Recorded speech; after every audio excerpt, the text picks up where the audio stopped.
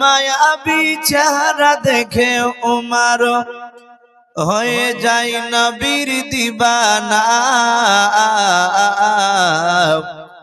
ও নূর নবী নূর নবী নূর মদিনা, কে আসুন বলে এই পৃথিবী হলো উজালা।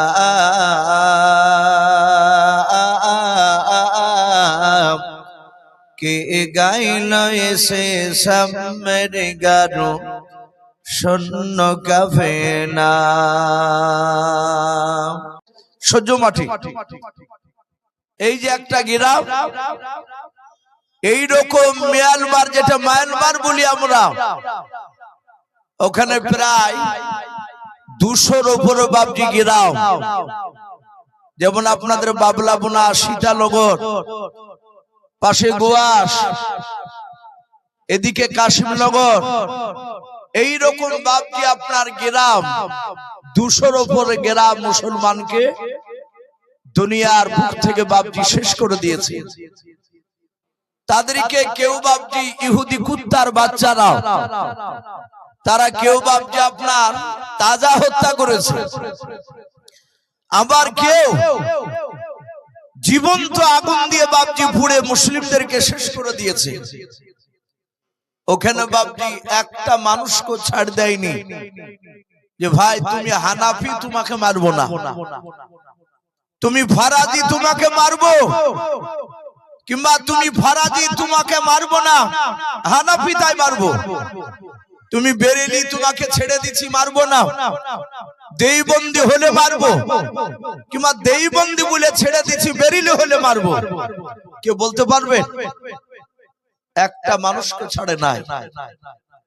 কর্কের টিন সাজিয়েছে বাপ, কর্কের টিন উঁচু করে ইট সাজিয়েছে, ইটের উপর কর্কের টিন দিয়েছে, টিনের তলে বাবজি ফাঁকা রেখেছে, দুই দিকে ইট সাজিয়ে ওই ফাঁকাতে রেখেছে বাবজি কাঠ, ডাল, পেট্রোল ঢেলে আগুন ধরেছে কাটে।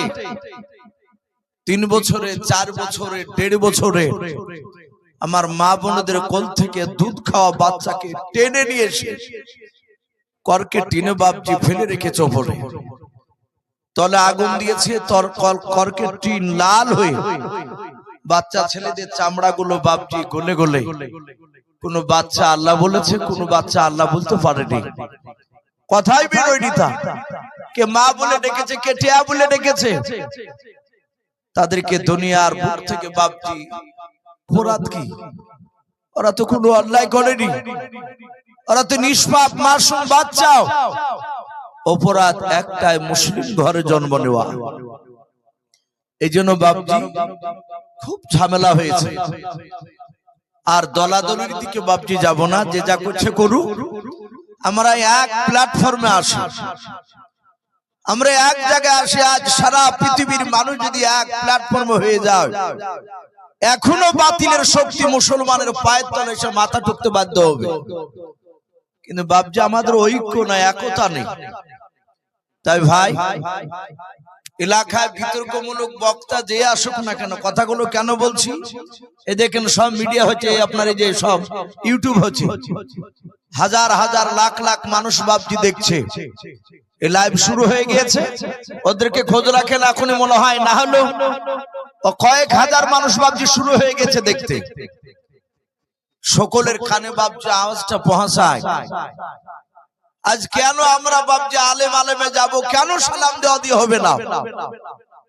আরে ভাই, দুঃখ লাগছে, লজ্জা লাগছে, যাচ্ছি সালাম দিচ্ছি, উত্তর দিচ্ছে না। এটা করব না ভাই, আমরা দিনী ভাই, বলুন ইনশাআল্লাহ। তাই ভাই, দ্বিতীয়বার সালাম দিব, সকলেই ভক্তি ভরে একটু সালামের উত্তরটা দিবে। আসসালামু আলাইকুম ওয়া রাহমাতুল্লাহি ওয়া বারাকাতুহু। মাশাআল্লাহ, আলহামদুলিল্লাহ। সমস্ত প্রশংসা, হামদ ও নাত, সাধনা ভজনা সে মহান রব্বুল আলামিনের জন্য, যে মহান রব্বুল আলামিন আমাদেরকে বড় ভালোবেসে রহম করে বিভিন্ন গুনার মজলিস থেকে বাছাই করে নিয়ে এসে হাড় হিম করা ঠান্ডা। আমার মনে হচ্ছে যে আজকে বাবজি কয়েকদিনের চেয়ে আজকে বেশি ঠান্ডা।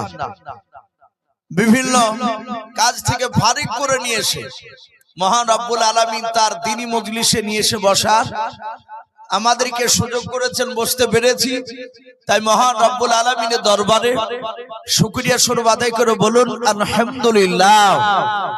তারপরে পরে আপনার আমার নবী, যিনি ধর্মের গুরু, বিশ্ববরণ্য নেতা, নবিকুলের শিরোমণি, পয়গম্বর আযম, যিনি সাইয়্যিদুল মুরসালিন ও খাতামান নবিয়্যিন, যিনি হাবিবে কিবরিয়া আশরাফুল আম্বিয়া, যিনি হায়াতুন নবী, জিন্দা নবী, মা আমিনার লাল হযরত আব্দুল্লাহর লাগতে জিগার, জনাবে মুহাম্মদুর রাসূলুল্লাহ সাল্লাল্লাহু আলাইহি ওয়াসাল্লামের উপরে অগণিত দুরূদ ও সালাম বর্ষিত হোক, বলুন আল্লাহুম্মা আমিন। সম্মানিত ভাইরা, আমার বাবা জীবনেরা, আমি আপনাদের সম্মুখে কোরআনুল কারীম থেকে বেশ কয়েকটা এত টুকরা তেলাওয়াত করেছি। তার পরে বিশ্ব নবীজির পবিত্র জবান থেকে মাত্র দুটো হাদিসের টুকরা পাঠ করেছি। ইনশাআল্লাহ যথাসময়ের মধ্যে আমার বক্তব্য করব। আর আমি আজকে আলোচনা রাখবো ভাই, সারা পৃথিবীর মধ্যে যিনি শ্রেষ্ঠ নবী,